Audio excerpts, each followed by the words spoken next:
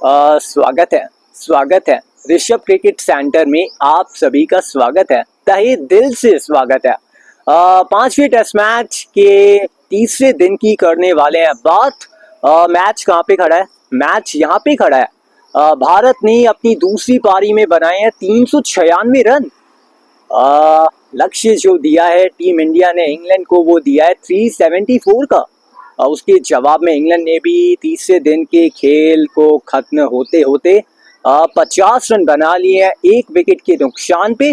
Last over में wicket मिला Jack Crawley का वहां पे मोहम्मद सिराज को, और उम्मीदें थोड़ी सी फिर पनपना शुरू हो गई क्योंकि ये बड़ा ब्रेक थ्रू था।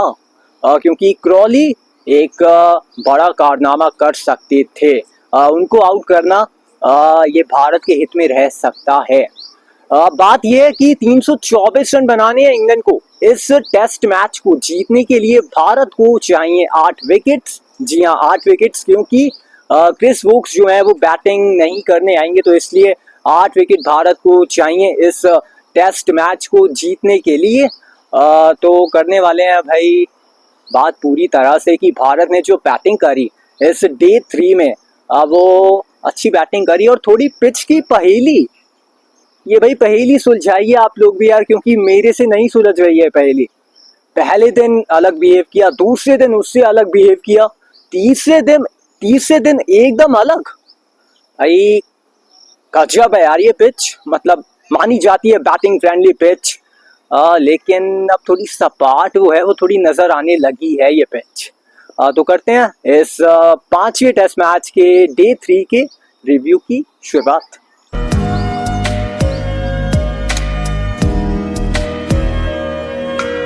तो सबसे पहले बात कर लेते हैं कि इंडिया ने जिस तरीके से बैटिंग करी, काशदीप के साथ यशस्वी जायसवाल आए बैटिंग करने, और दोनों ने कमाल बैटिंग करी वैसे। क्योंकि 75 पे 1 था भारत, शुरुआत करी डे 3 की, और क्या बैटिंग करी आकाशदीप ने। इन दोनों ने 100 रन जोड़े। वैसे अजीब है ये थोड़ा सा कि आकाशदीप ने उसमें अग्रेसिव रोल अदा किया। यशस्वी जायसवाल अपने टक सिंगल देके वो स्ट्राइक दे देते थे आकाश को, और नॉन स्ट्राइकर एंड पे खुद चले जाते थे। लेकिन उसके बाद जो आकाशदीप ने कारनामा किया, भाई कमाल किया। 66 रनों की पारी खेली, पहला इंटरनेशनल 50 उनके लिए, और उस मौके पे जब भारत को जरूरत थी इन रनों की। नाइट वॉचमैन का रोल था इनका। परसों शाम को डे 2 के एंड में आए थे। वो इसलिए आए थे कि जो मेन बल्लेबाज है वो ना आ पाए, तो आप थोड़ा चले जाएं और 1-2 गेंद खेल लें। लेकिन इन्होंने तो रन बना के दिए हैं भाई, 66 रन बनाए हैं। यानी कि 4 रन पे छोड़ा था जब डे 2 का खत्म हुआ था आकाशदीप ने अपना स्कोर, और उसके बाद अगर आप देखते हैं तो 62 रन जोड़े हैं डे 3 में इन्होंने। अनफॉर्चुनेटली मैं तो ये सोच रहा था क्या शतक लगा सकते हैं, लेकिन अपना काम किया बखूबी अंदाज से किया। बेहतरीन भाई, कमाल कर दिया आकाशदीप। और मैं तो यहाँ पे ये सोच रहा हूँ कि अगर थोड़ा सा इम्प्रूवमेंट करें, अगर थोड़ा सा तवज्जो दें अपनी बल्लेबाजी पे, तो बैटिंग कर सकते हैं अच्छी खासी। बैटिंग में रन्स बना सकते हैं भारत के लिए। क्या कर सकते हैं आकाशदीप, थोड़ा सा गौर अपनी बैटिंग पे भी, कि अच्छी तरह देख सकते हैं अपनी बैटिंग पे भी, क्योंकि डिफेंस भी बड़ा अच्छा कर रहे थे।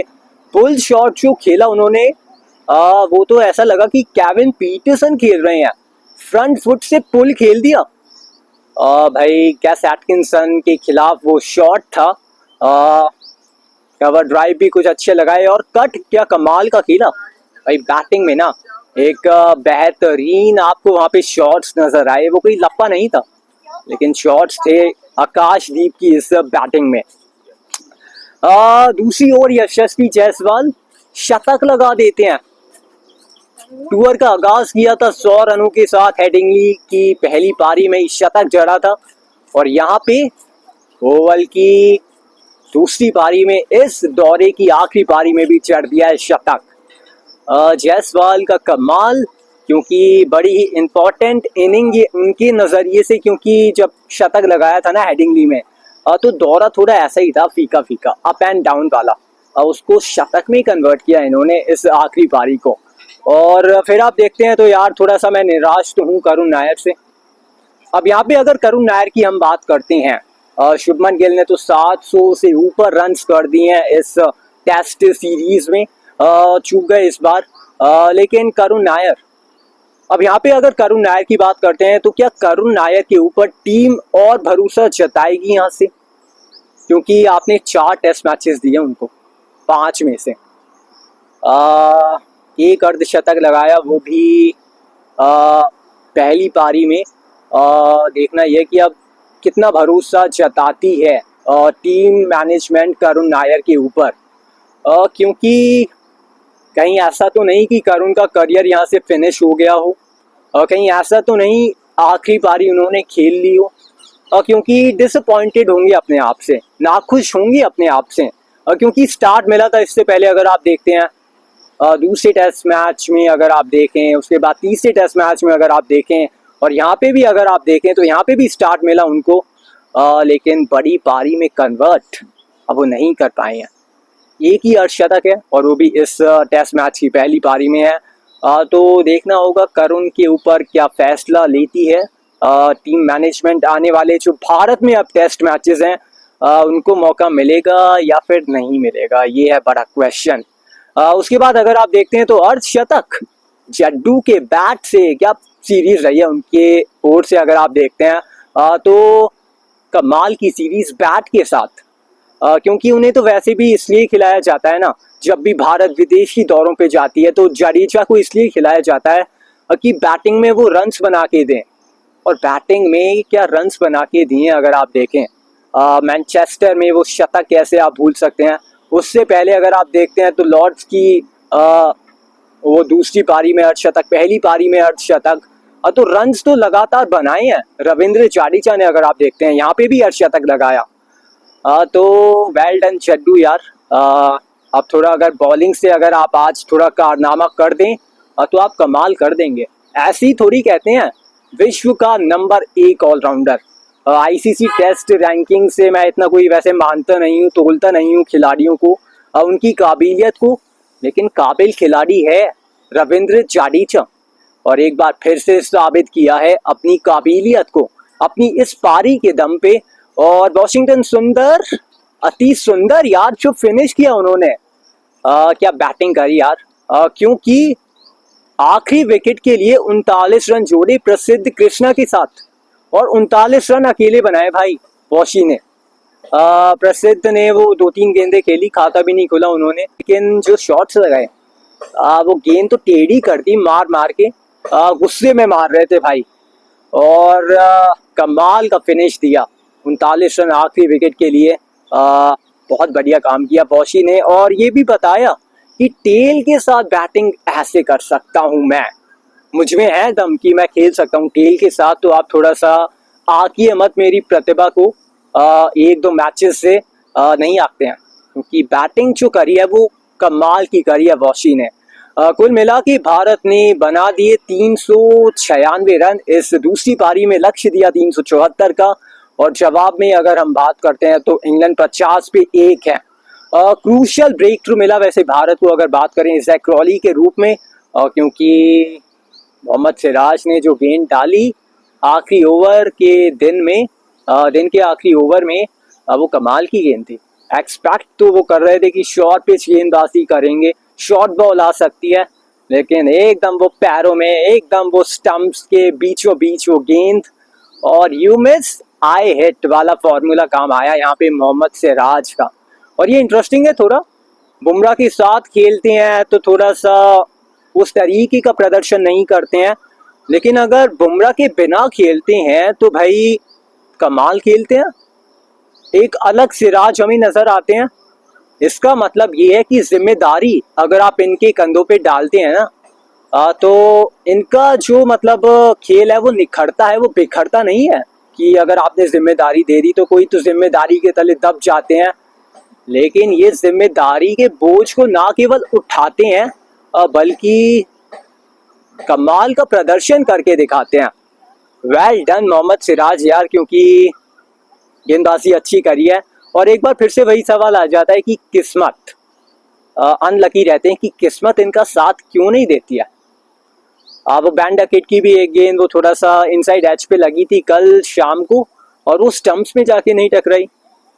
ये पूरी सीरीज में हमने देखा है, ऑस्ट्रेलिया दौरे पे भी देखा था। तो किस्मत का थोड़ा साथ चाहिए यार सिराज को। किस्मत अगर साथ नहीं देगी तो बात कैसे बनेगी यार। किस्मत का साथ तो ज़रूरी है। तो मैच का समीकरण आपके सामने है। भारत ने बैटिंग करी है, 396 रन बनाए हैं और पिच तो भाई मुझे समझ नहीं आ रही है। पिच एक पहेली बन चुकी है दोस्तों। क्योंकि पहले दिन जिस तरीके से इस पिच ने बिहेव किया, दूसरे दिन फिर जब इस पिच ने बिहेव किया और तीसरे दिन जिस तरीके से बिहेव किया, एकदम कॉम्प्लिकेटेड है।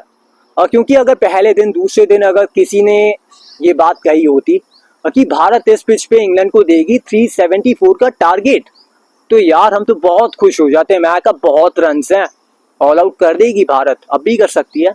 लेकिन अब थोड़ी जो पिच है ना, अब वो ऐसा लग रहा है कि बैटिंग के लिए अनुकूल वैसे हो रही है।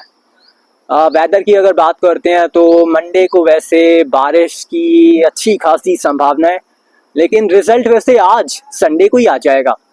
ये पूरी तरह से उम्मीद है आ ही जाएगा। 324 रन चाहिए, इंग्लैंड जाएगी बनाने आज ही और भारत को चाहिए 8 विकेट्स। तो भारत भी वो चटकाएगी आज ही, तो रिजल्ट आ जाएगा आज ही और मुकाबला बड़ा ज़बरदस्त है। ये टेस्ट सीरीज बड़ी ज़बरदस्त रही है। पहले जो 4 टेस्ट मैचेस थे गए 5वें दिन तक, और ये जो 5वां और अंतिम टेस्ट मैच चल रहा है ये भी चौथे दिन तक तो गया है।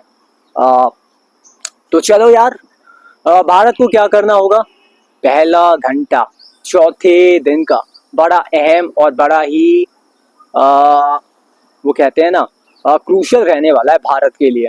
क्योंकि अगर पहले घंटे में भारत को जल्दी 2-3 विकेट अगर मिल गए तो पकड़ मजबूत हो जाएगी भारत की। और विकेट किस किस के चाहिए आपको, बैंड डकेट के चाहिए। जो रूट भाई वो अगर डट जाते हैं, खड़े हो जाते हैं, तो भारत के लिए परेशानी का सबक बन सकते हैं। हैरी ब्रुक, जेमी स्मिथ तो बैटिंग तो इनफॉर्म में है इंग्लैंड की।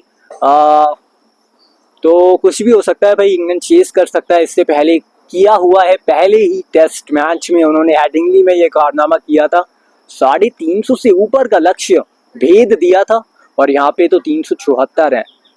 तो देखना होगा किस करवट वैसे मुकाबला मुड़ता है, भारत या फिर इंग्लैंड। भारत अगर टेस्ट मैच जीत जाती है तो सीरीज को ड्रॉ करा देगी, लेकिन अगर इंग्लैंड टेस्ट मैच जीत जाती है तो सीरीज अपने नाम कर लेगी। तो मज़ा आने वाला है इस 5वें टेस्ट मैच के चौथे दिन में। एक्चुअली चौथे दिन में, तीसरे दिन की तो मैंने आपसे बात करी है। तो चौथे दिन में मज़ा आने वाला है। तो एक बार फिर से आपकी याददाश्त को थोड़ा सा तरोताज़ा करा देते हैं, याद दिला देते हैं मैच कहाँ पे खड़ा है। मैच यहाँ पे खड़ा है, 396 बनाए हैं भारत ने, 374 का लक्ष्य दिया है इंग्लैंड को और इंग्लैंड ने 50 रन बना लिए हैं 1 विकेट के नुकसान पे। जैक क्रॉली आउट हुए हैं, विकेट लिया है मोहम्मद सिराज ने भारत की ओर से और इंग्लैंड को यहाँ से अभी जीतने के लिए चाहिए 324 रन्स और भारत को भारत ढूंढ रही है वो 8 विकेटें इस टेस्ट मैच को जीतने के लिए। तो उम्मीद करते हैं कि भारत टेस्ट मैच जीतेगी, क्योंकि पिच का पता नहीं है कैसा खेलेगी, इसलिए मैं थोड़ा कंफ्यूज हूँ कि किसके पक्ष में मैं जाऊँ। अभी अगर मैच की बात करें तो मैच एकदम बराबरी पे खड़ा है। ना उतना अभी इंग्लैंड आगे गया है और ना भारत अभी कोई उतना आगे गया है, अभी बराबरी पे है मैच। तो कौन करेगा ये मैच अपने नाम, इंग्लैंड या फिर भारत, पता चल जाएगा आज इस चौथे दिन। तो मुलाकात होती है अब आपसे मेरी कल, तब तक के लिए goodbye and take care. और लाइक कर दो वीडियो को, चैनल को सब्सक्राइब कर दो और कर दो हमारे इस चैनल को दोस्तों शेयर भी। अगली मुलाकात, अगली आपसे बात वो होती है कल, तब तक के लिए goodbye and take care and thank you so much. भाई आपने वॉच किया मुझे, थैंक यू यार, बहुत बहुत शुक्रिया आपका। तो लाइक कर देना, शेयर कर देना, चैनल को सब्सक्राइब भी कर देना। आई रियली होप कि आपको हमारी वीडियो पसंद आई होगी दोस्तों। Thank you for watching.